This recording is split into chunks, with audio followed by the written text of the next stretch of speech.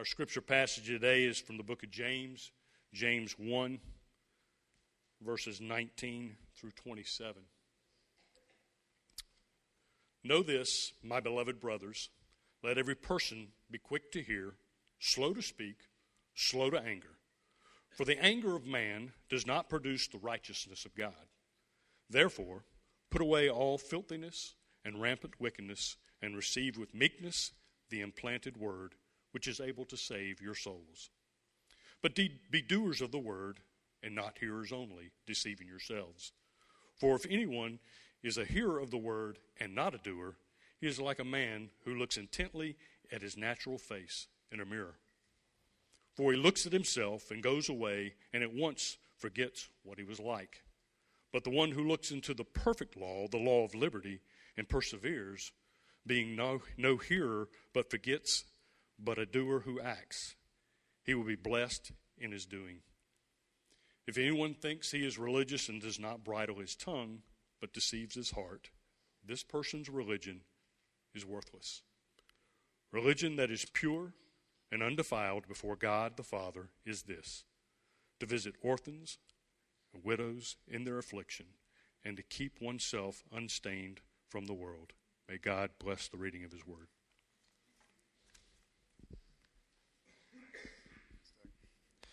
So I already know that two things. One, if I am crying before I even start preaching, it's going to be a doozy. And the second thing, when I hear some ums when the scripture is read, this one's a hard one. So I just want to prepare you for that. I'm going to shepherd you as much as I can through this, as it has already been dealing with me. Doug, thank you just for that letter, man. That was really, really powerful. I'm also honored to have a dad who loves Jesus. I do want to recognize that this is maybe a really hard day for some of you. Maybe this is a day where your dad is not here anymore, or it was a really hard relationship that you have, and you are welcome here. This is family for you. So I want to say that. Also, it's a national holiday. I want to just recognize this. Happy Juneteenth. This is a day that we honor victories won, but we got a lot of work to do too. Says Jesus would pray this: He has anointed me to proclaim good news to the poor. He sent me to proclaim freedom for the prisoners and recovery of sight for the blind, to set the oppressed free, to proclaim the year of the Lord's favor. I always find this so interesting. I'm not really surprised anymore at how all of this kind of lines up, that this passage is explicitly about reconciling relationships.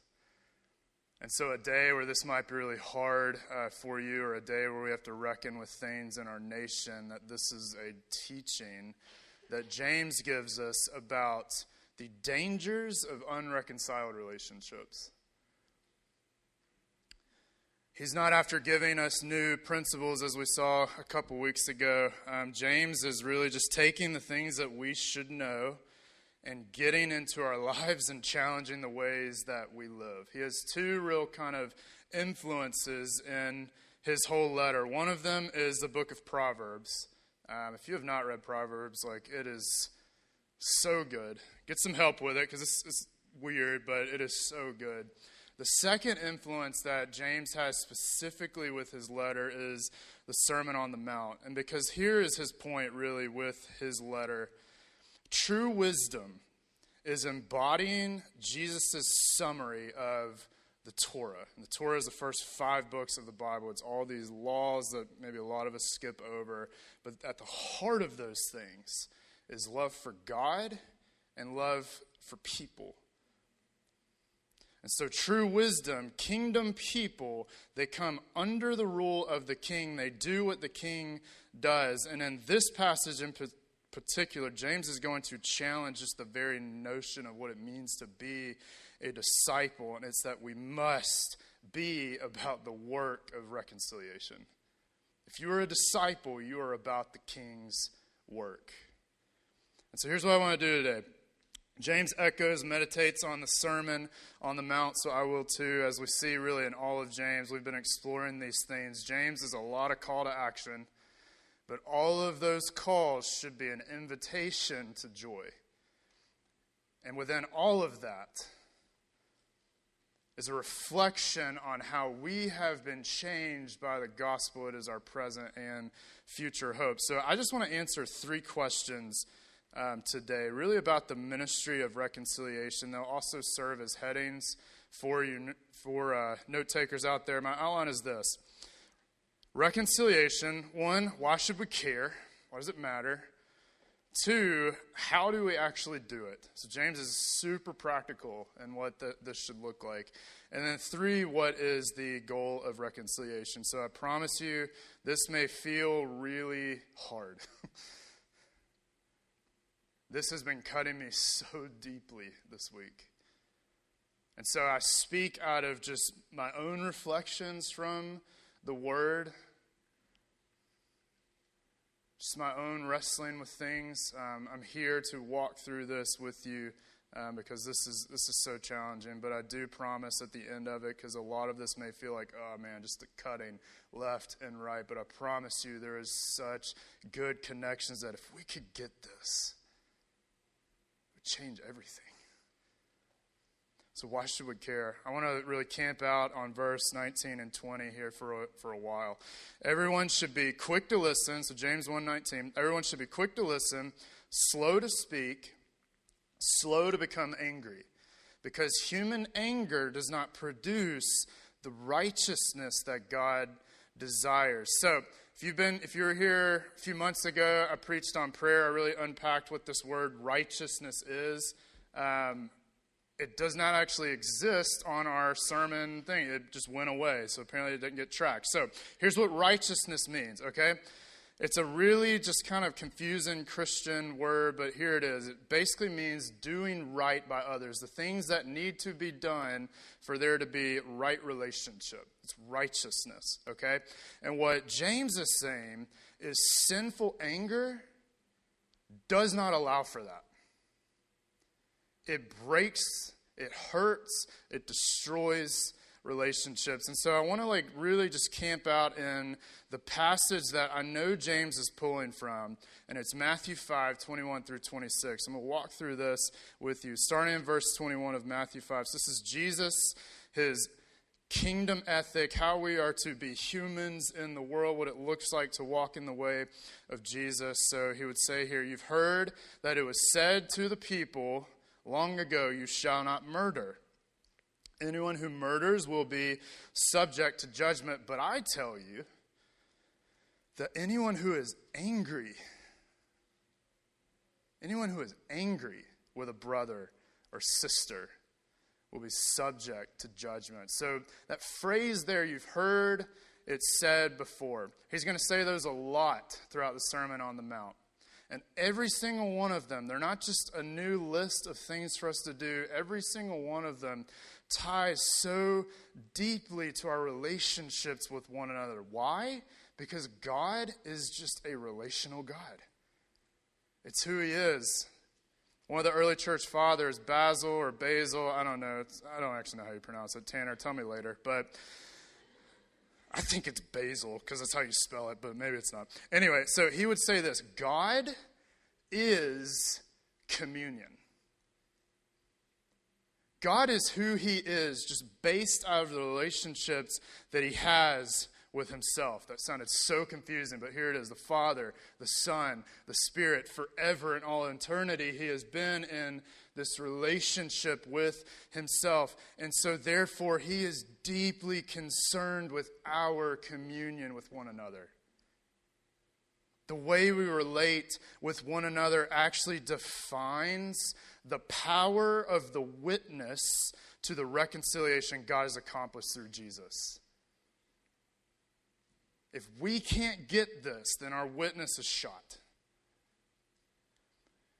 And so he is so concerned about the dangers of unreconciled relationships. Why? Because it is just completely contrary to the rules and the principles of the kingdom.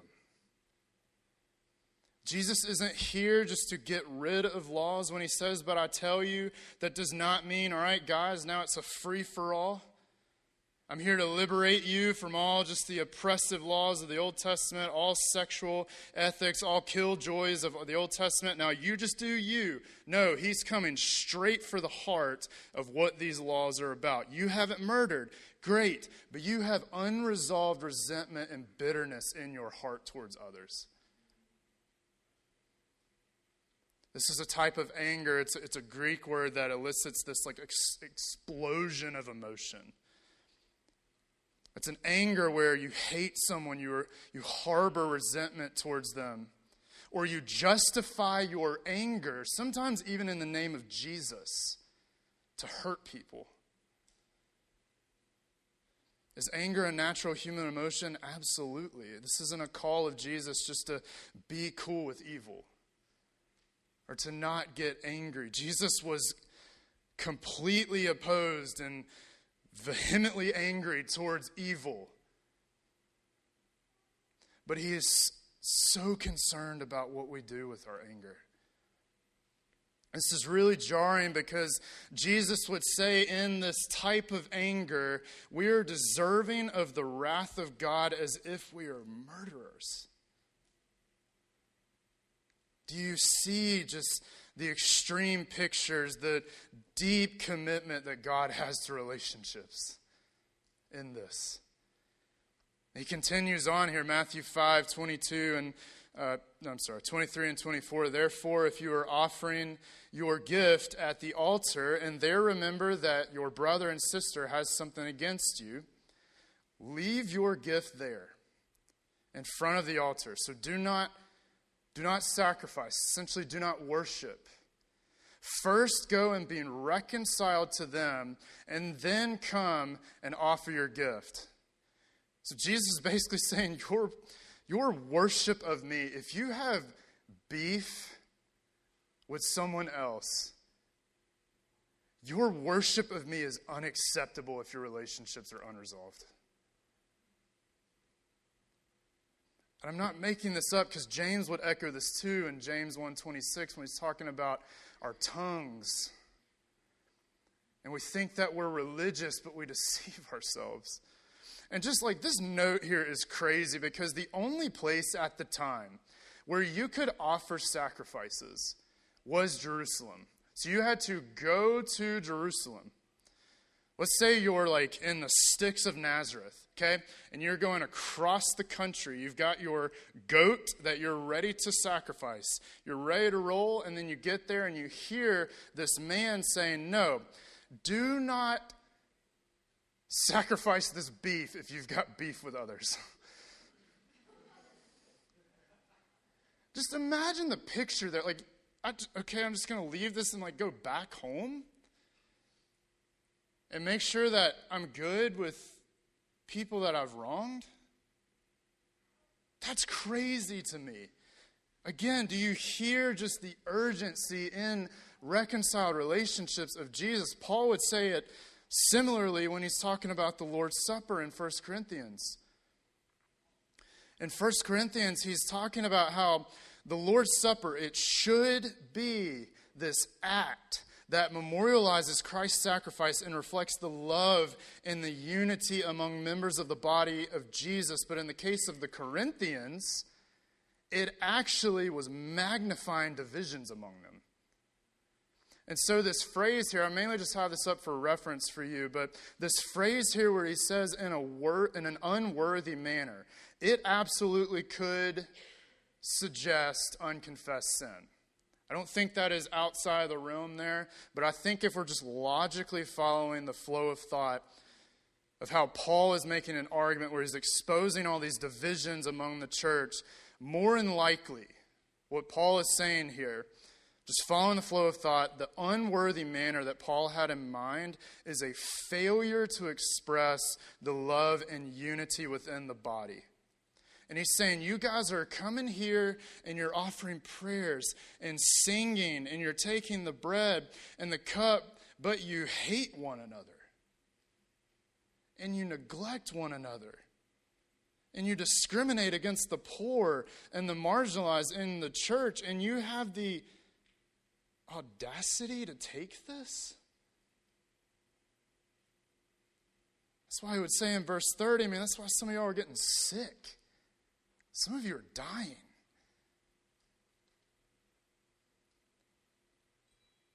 Jesus and Paul and James are, guys, they are deeply concerned in how we treat one another, how we treat our neighbor. The extreme cases and the examples are given to wake us up, and as James would say, expel this evil from you. Our relationships with one another are a direct reflection of our relationship with God. 1 John 4:20, whoever claims to love God yet hates a brother or sister is a liar. This is hard language. For whoever does not love their brother and sister whom they've seen cannot love God whom they have not seen. And so Jesus is pleading us, would you quickly go after seeking wholeness in relationships? In a culture that, like our culture, that promotes resentment and hatred and tribalism and sarcasm, where you are actually seen as an outsider if you forgive others. Forgiveness doesn't seem practical.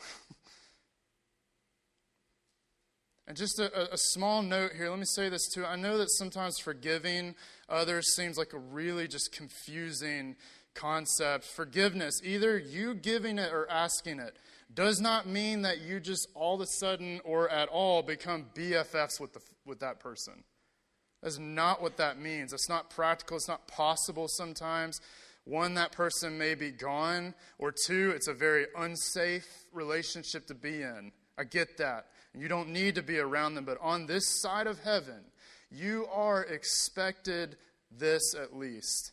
Hebrews 12, make every effort to live in peace with everyone.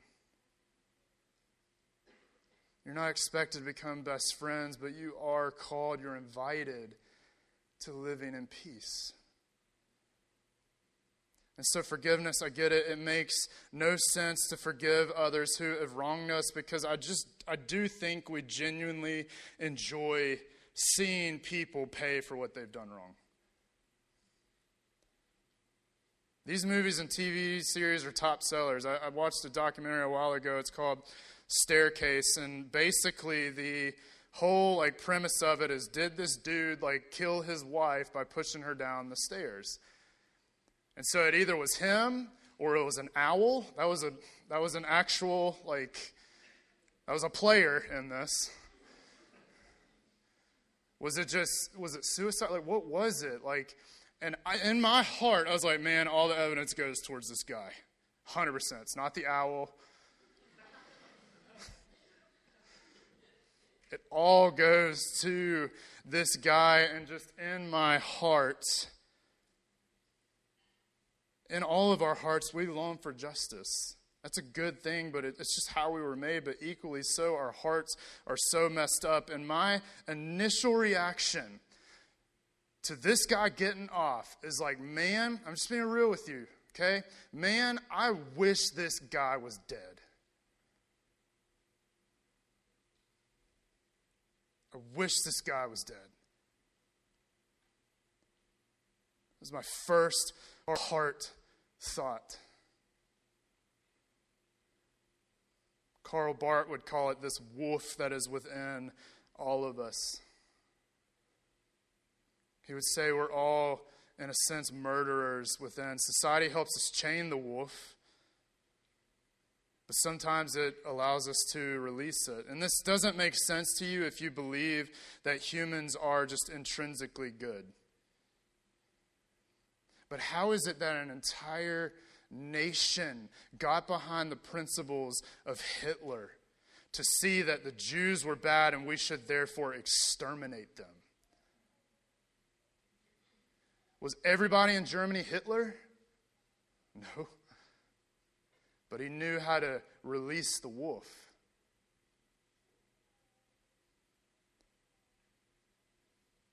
What what does this say about us? What does this say when some of our top selling video games out there are about just murdering people? Call of Duty Black Ops sold 30.72 million units. It is the best-selling video game of all time. In 18 months, the mobile version made $1 billion. What does this say about us? We have a wolf. We like to chain it up, but we also feed it. And that leash, that chain, it gets just a hair smaller and smaller and smaller to the point where it's basically just a puppy leash. Now, I know this is kind of a sidebar, but it is related. How much, just be honest, how much just violence or things, similarly sexual content, just things that you watch that just dehumanize people, how much of that are you taking in where you just get to a place where you are so desensitized, seeing less and less of it as a problem? And I know all of us love to speak about freedoms in Christ. Well, I'm covered by the blood. This is legalism. Stop trying to kill my joy. But I'm just asking you, if you got still and you ask the Spirit, God, why don't I feel you? I want to walk in your presence. I want to be empowered by the Spirit. And you just got silent and you asked him to reveal sin in your life. I wonder how many of us would hear this. You have let your guard down. You delight in the things that I am opposed to.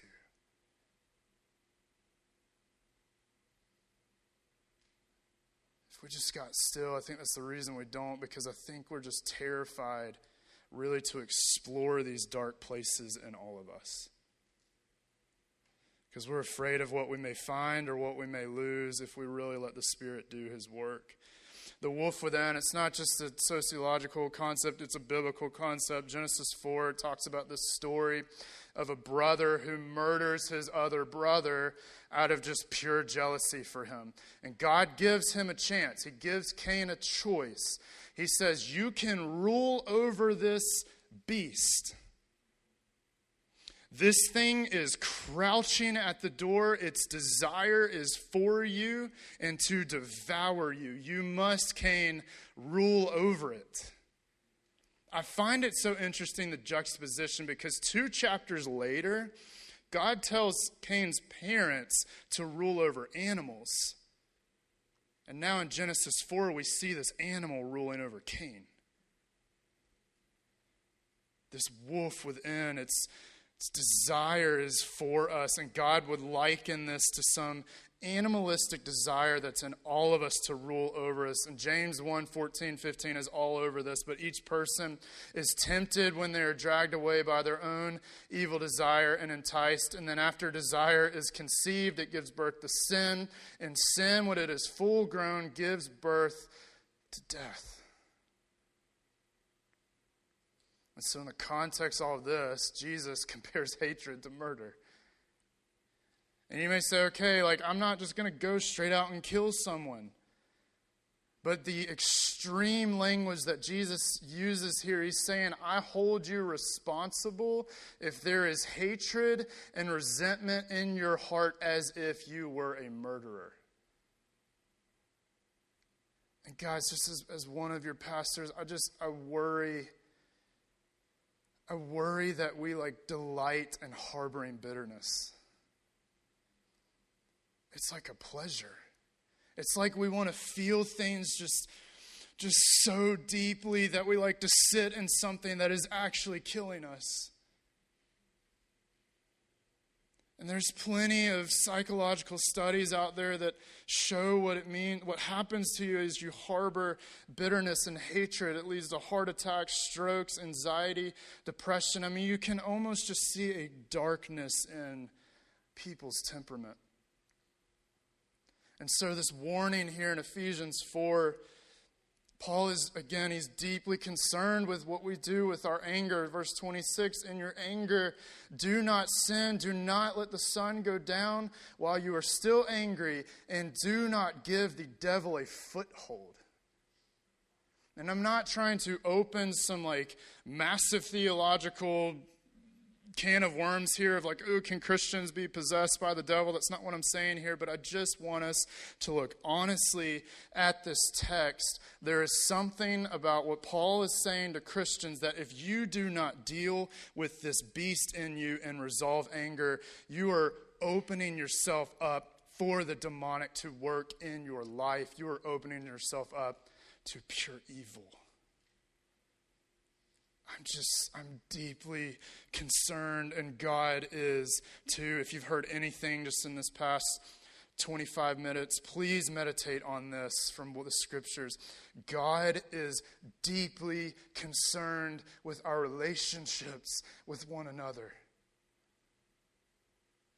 And he's pleading with us, guys, you need to actually do this stuff. If we're children of the kingdom, we must be children of reconciliation. Don't be just hearers, James would say, be doers.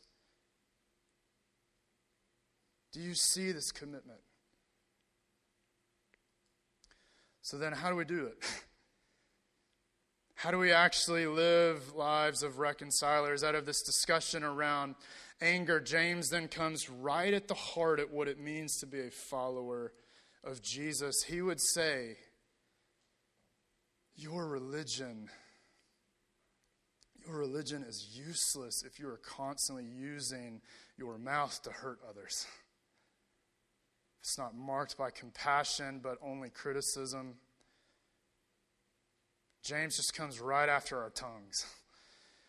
Verse 19, my dear brothers and sisters, take note of this. Everyone should be quick to listen, slow to speak.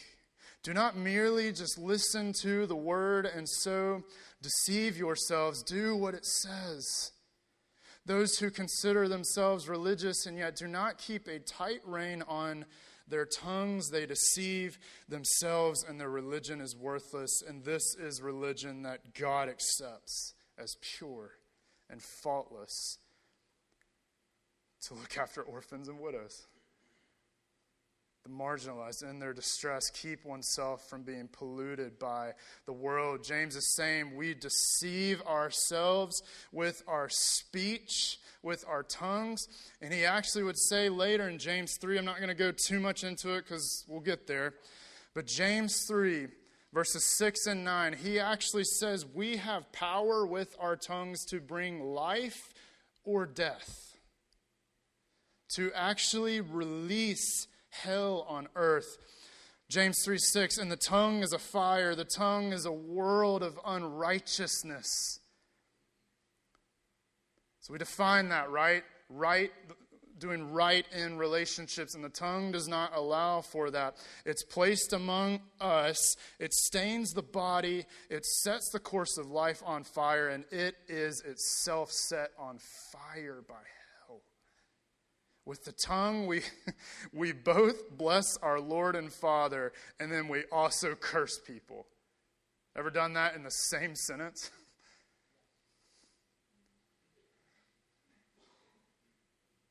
We can both speak true things about God and completely destroy people. When we degrade and tear one another down, we're releasing hell. Do the people we speak with, do they actually see that we love them? Or do they actually hate talking with us? Because we are quick to point out just their shortcomings and their sin, rather than loving them towards the way that Jesus wants them to be. We just come after them. And guys, I am the chief of sinners in this. I'm so bad at this. I think it's just this immature, teacher, I don't know what it is in me, but I'm just quick to see sin and want to just back people into this theological corner rather than really hearing people out. Any seminary bros out there that can relate? How about other just theological titans? What happens in your heart when someone says something to you that might be just a little bit off theologically? What just happens in your heart? What happens if people don't share your worldview? What happens if there's a brother or sister really wrestling with something that you know to be false? Is it immediate destruction? Oh man, I cannot wait for them to stop talking so I can massacre them with Bible verses. Okay, so we can relate. Not just I. James comes right after that and he says, your religion is meaningless. Instead of having radical compassion and conviction, you just have radical conviction. You bully people into your theology, thereby doing more damage than good. And man, Jesus was all over these people in Scripture. He called them whitewashed tombs. You have correct beliefs, but you're actually concealing in your dogma the love of God for people. And we either go one of two ways with this. We either go the radical conviction side, or we go radical compassion side. Because we don't know how to hold those together. And so if we're radically compassionate, this is where we then sacrifice conviction, clear sin in Scripture, in fear of hurting people's feelings. So in an effort to be kind and loving, we actually are not speaking truth, therefore confusing people on what it means to be a follower of Jesus. Guys, Jesus was fully committed to meeting people where they were, but he was not content in leaving them there. He was after changing everything. We have this singular picture of Jesus in that he is a friend of sinners. Absolutely he is, but he is a preacher also of terrible judgment. And this just comes naturally out of the holiness of God. God is completely committed to his creation in rebellion to him. But this always, always, always comes with a call to change your mind about your sin and come under the rule and reign of Jesus. Why? Because his burden is easy. And so when James is saying here, be slow to speak and quick to listen, he's coming after both camps.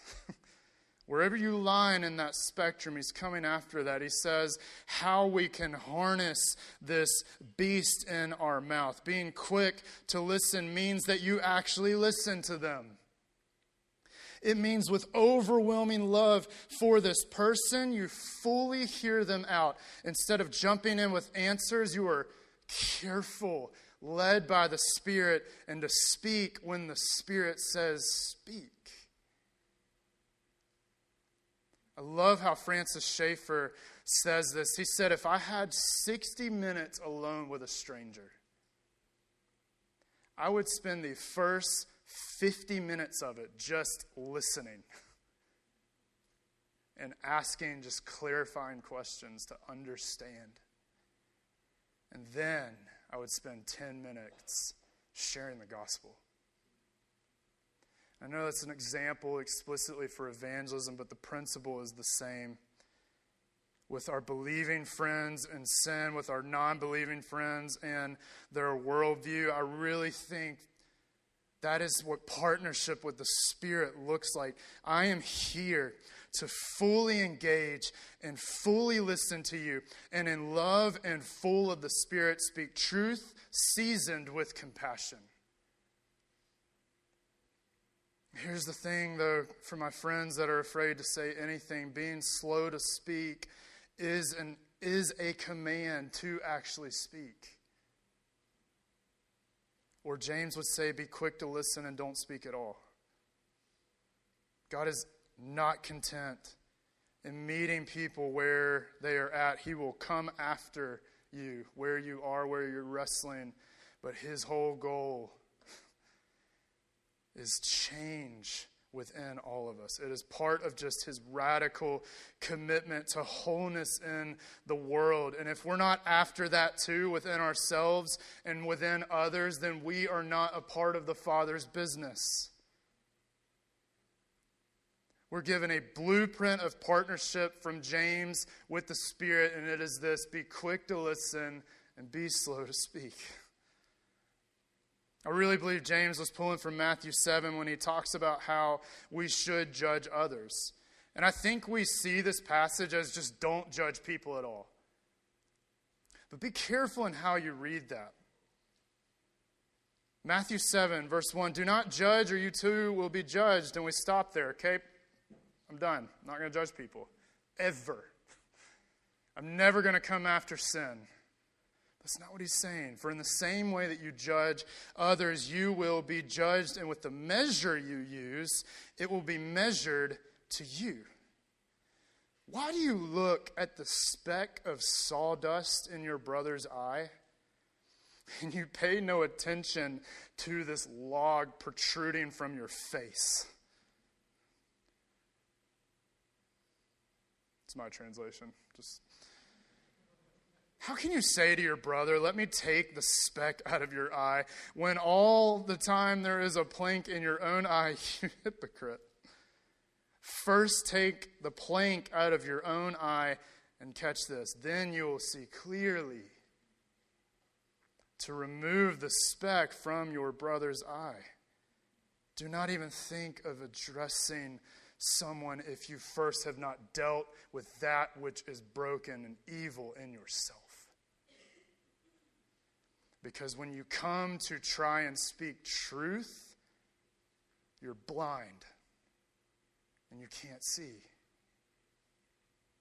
But when you let the Spirit cut deeply in you and change you from the inside out, the motive completely changes in coming to talk to your brother. The motive is now this: you know the joy that comes from being cut and being set free from sin. You know the joy that comes from being released from the bondage of sin. And so therefore it is out of pure love that I want this for you too. And I want you to hear this. I know this is just so incredibly difficult to do. We either fall in one or the other camp. And I do think generally both come out of a place for wanting to care for people. We either don't say anything to people because we don't want to hurt them, or we care so much for people that we see they're going down the wrong path. But to be about the type of reconciliation that our Father desires, it must both have radical conviction and radical compassion. Just practically consider this. Why would anybody be drawn to a community that just devours itself? Think of the harsh warning to the church of Ephesus in Revelation 2, 4 through 5. And this is Jesus talking. He's saying, yet I hold this against you. You have forsaken the love that you had at first.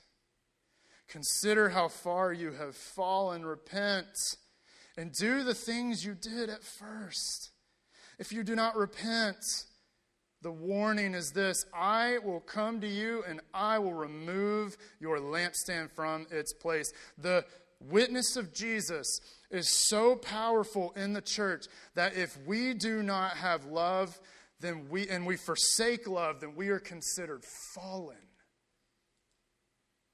The light of the gospel will not permeate our city from Life Church if we forsake love. He's committed to right relationships that are all about speaking truth and love. And to be about Jesus, then, is you will be about others. To say we harbor bitterness towards one another. And James would even say within and outside the household of faith.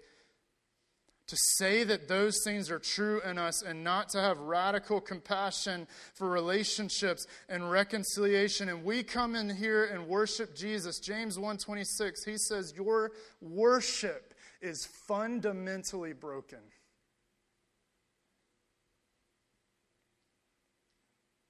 I told you this was going to be hard.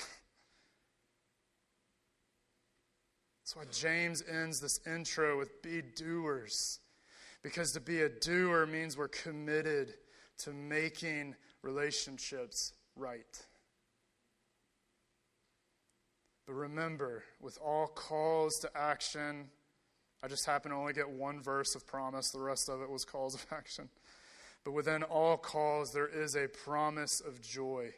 Jesus is not calling us to some robotic, joyless discipleship. He's calling us to a way of life that awakens something dead in all of us. It is actually our truest self, and it is always for our good and for the good of others around us.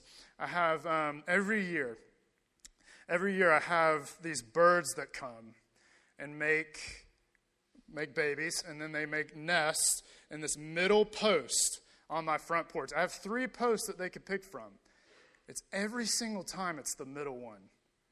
And I just can't help but think, you can't prove this, so I'm just going to use it anyway, that these birds are the babies of the ones from last year.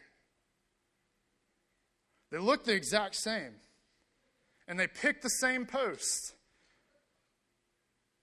Mom and Dad built, well, it's mainly Mom that builds the nest, and then really she just does everything. Dad's very, very unpresent, but once the birds are born, it's so funny, man. We just see this life happening. They just grow up. I'm a part of this now. I'm like, go.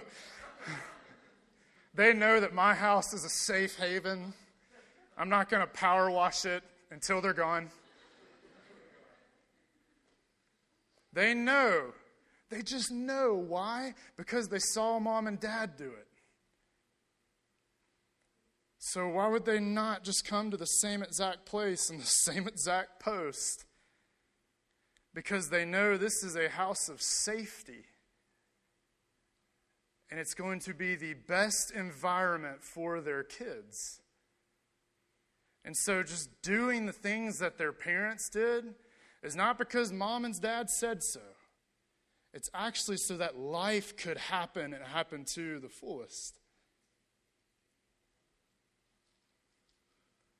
In the middle of what just feels like James is just cutting us so deeply, he says there is a promise that if you just do this, man, it's so good. Do you see that promise? Let me read it for you. James 1:25. But whoever looks intently into the perfect law that gives freedom and continues in it, not forgetting what they've heard, but doing it, they will be blessed. They will be blessed in what they do. You will be blessed in being a doer. You will be blessed and experience freedom. So what's the goal of reconciliation? How do we be blessed? How do we experience freedom? There is just something about taming the tongue, committing to relationships, seeking reconciliation with others, forgiving those who have wronged you, being slow to anger, all of these things, there's just something that connects us so deeply with Jesus. Jesus did not give us the Sermon on the Mount and all these calls of doing just for the heck of it. No, there's something about practicing this stuff that actually makes us like him. And I can't help but think of Jesus' final moments. Because it was on the cross that Jesus would bear the weight of all human brokenness and rebellion against him. He would see every story, every moment where we decided that sin was good for us, where we gave into it, thereby shattering and making this unreconciled relationship. We are now enemies of God. He would bear the weight of that. He would feel all the hatred that we had towards God by wanting to be our own God. He would cry out in pain.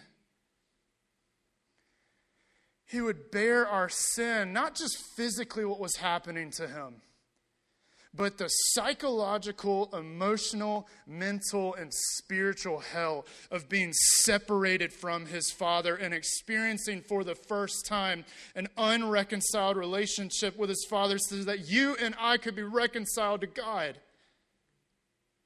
And his words were not, curse these humans for what they have done, forget this, I'm out. No, at the final moment, he would cry, Father, forgive them. They have fully abused, they're killing me for the crimes they've committed, but oh God, forgive them. Would you just marvel again at the complete commitment that our God has to relationships? Hanging there on a cross, led by his Father, he would become an enemy to his Father so that we could become sons and daughters again. Jesus is a human yielded to the leading and prompting of the Spirit, fully committed to relationships. He then, therefore, is by definition what it means to be human. Paul would give us the purpose of the church, 2 Corinthians 5:18. All of this then is from God, who has reconciled us to himself through Christ and gave us what? This ministry. He gave it to us. And this is the ministry that God was reconciling the world to himself in Jesus, not counting people's sins against them. And he is committed. He's committed, guys, this ministry to us. If you know the gospel, if it has changed you, it will be played out in your relationships, in how you relate with others. And man, this thing is global too. In Matthew 5, and really everything that we've explored, I hope you have seen that Jesus is not just talking about anger. He's laying out what it means to be a human. To be about the work of reconciliation is by definition what it means to be human. And his commitment is to kill the wolf in you. To get the hell out of his good, I didn't cuss there, to get the hell out of his good creation and to also get it out of you. That is his commitment to us and his promise that I will lead you to becoming like Jesus.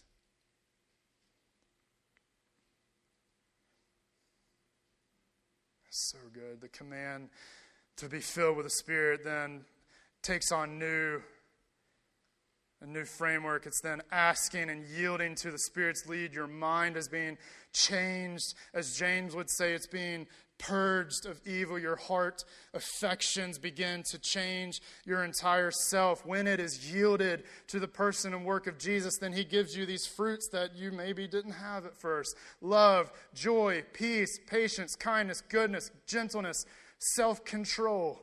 And I didn't even get close to unpacking this, but you can go explore it later. But I love this connection, this phrase, be slow to anger, that James uses is a direct connection to one of the most quoted verses that the Old Testament writers would use, and it is this: the Lord,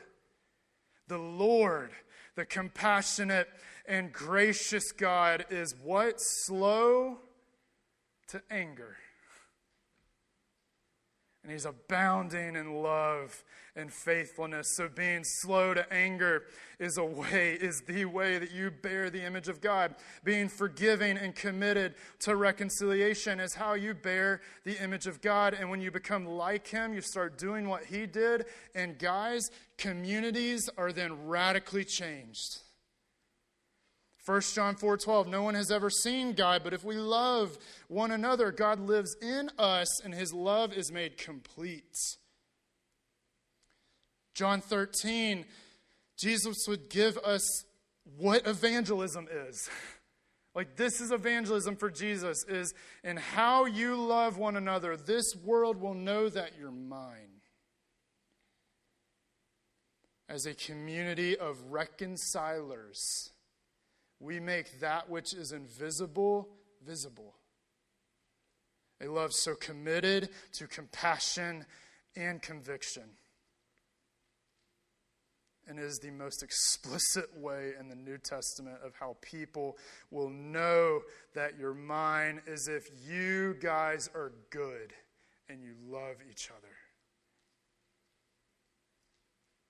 You want to freak your coworkers out? Go ask for their forgiveness if you thought bad things about them. Did that one hit deep? That is a demonstration that we are reconcilers is, hey, man, I thought some nasty things. You said this. I didn't want to do it, and this is what I thought. I'm just asking that you would forgive me. The most tangible way that we demonstrate Jesus is not by our sermons or worship or Three Circles gospel tools. It is how we sacrificially lay down our lives for each other.